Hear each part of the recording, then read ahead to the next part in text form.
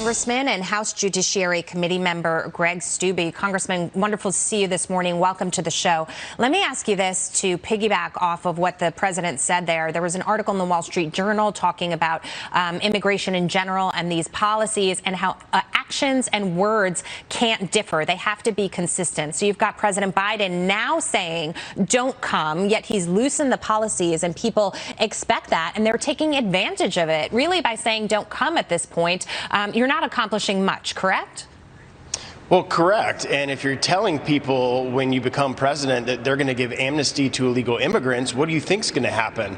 People are going to flood the border because they want to be here if there is some executive order for illegal immigrants to get amnesty. And just this week, we have a crisis at our border. And just this week, the Democrats here in Washington want to bring 2 amnesty bills to the floor of the House of Representatives. So Democrats are tone deaf to what's happening on the border, all while they're giving amnesty bills and pushing amnesty bills for illegal immigrants in our nation's capital.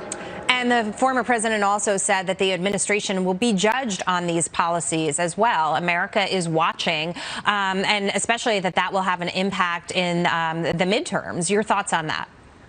Absolutely. I think Americans are watching what's occurring right now, and I don't believe that the majority of Americans support an open border policy that both the Biden administration and the Democrats have in mind. And I think they're going to have huge repercussions for that in 2022. We won 15 seats in the last election. Republicans only need to win 5 seats to take back the majority. And if all these progressive policies that the left and the Democrats and Speaker Pelosi keep pushing, I think it's going to be very good for Republicans in the midterm elections. Giano. Congressman, great to be with you. I'm Giano Caldwell. I'm an analyst here at Fox News Channel.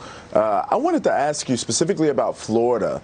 We know that Florida has done particularly well when it came to COVID, and especially if you compare it to a state like California, which is where I came from, escaped LA to Miami. They have 3.63 million cases right now compared to Florida's 1.98 million cases in COVID. Are you hearing from your colleagues in blue states who want to do exactly what Florida did? Are you hearing anything like that?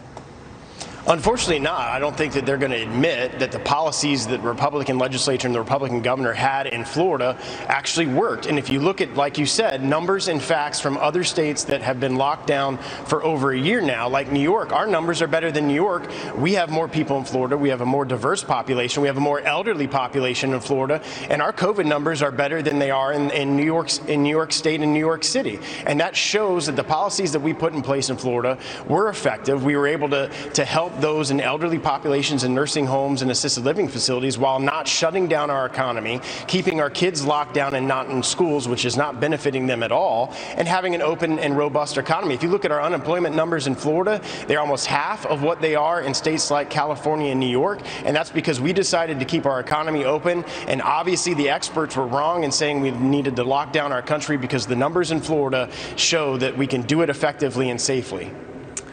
Congressman, you know, the media appears to be giving Florida Governor Ron DeSantis and his COVID-19 response a second look, as you mentioned here, especially as we've seen the results of that. And this is coming as Governor Andrew Cuomo and California Governor Gavin Newsom are both facing major scandals and a lot of criticism. Congressman, the mainstream outlets, including the New York Times and the Los Angeles Times, are both asking the question if DeSantis was right all along here. And I can tell you, living in New York City, knowing people who are living life in Florida and living more happily and more freely, it's been night and day. It has been night and day, and you have people like New Yorkers and people in the Midwest, like states like Michigan, that have been shut down and their kids haven't been able to go to school, that are flocking to Florida right now. Our economy is bustling. Our home building industry is booming because people are leaving these blue states with these archaic policies that aren't allowing their Americans to have freedom. And there's no factual basis to lock down your state. And we now have a year's worth of data to see that the decisions that governors like Governor DeSantis in Florida made were right for the American people, were right for Floridians, and were right for the economy, and still kept people and the elderly safe from COVID. Congressman, just one quick question in the little time that we have left here. Do you worry about the migration that we've seen across the country as a result of the pandemic? You've got people fleeing blue states for policy reasons, for tax reasons as well. They are going to some of the red states that allow them to live a little bit more freely. At the same time, they take those blue votes with them. Well, that's not what I'm seeing in my district. The people that I see coming into my district are from Midwestern states on the western part of Florida, and they're moving down there because of the policies put in place in those Midwestern states, like the states like Michigan. And so they're coming down because they're upset. They're conservatives or they're Republicans, and they're seeing that the policies put in place by states like Florida and Texas are benefiting the economy, are benefiting the people that live there. So they want to move to these communities. I'm not seeing people from blue states that are liberal or progressive wanting to come to states like Florida and bring their policies with them. We'll see how that ends up in the 2022 midterms elections, but I think it bodes well for states like Florida when you have people fleeing Democratic-run states to come to red states like Florida and Texas. Congressman Greg Steube, thank you so much. Great to see you this morning. Great to see you. Thanks for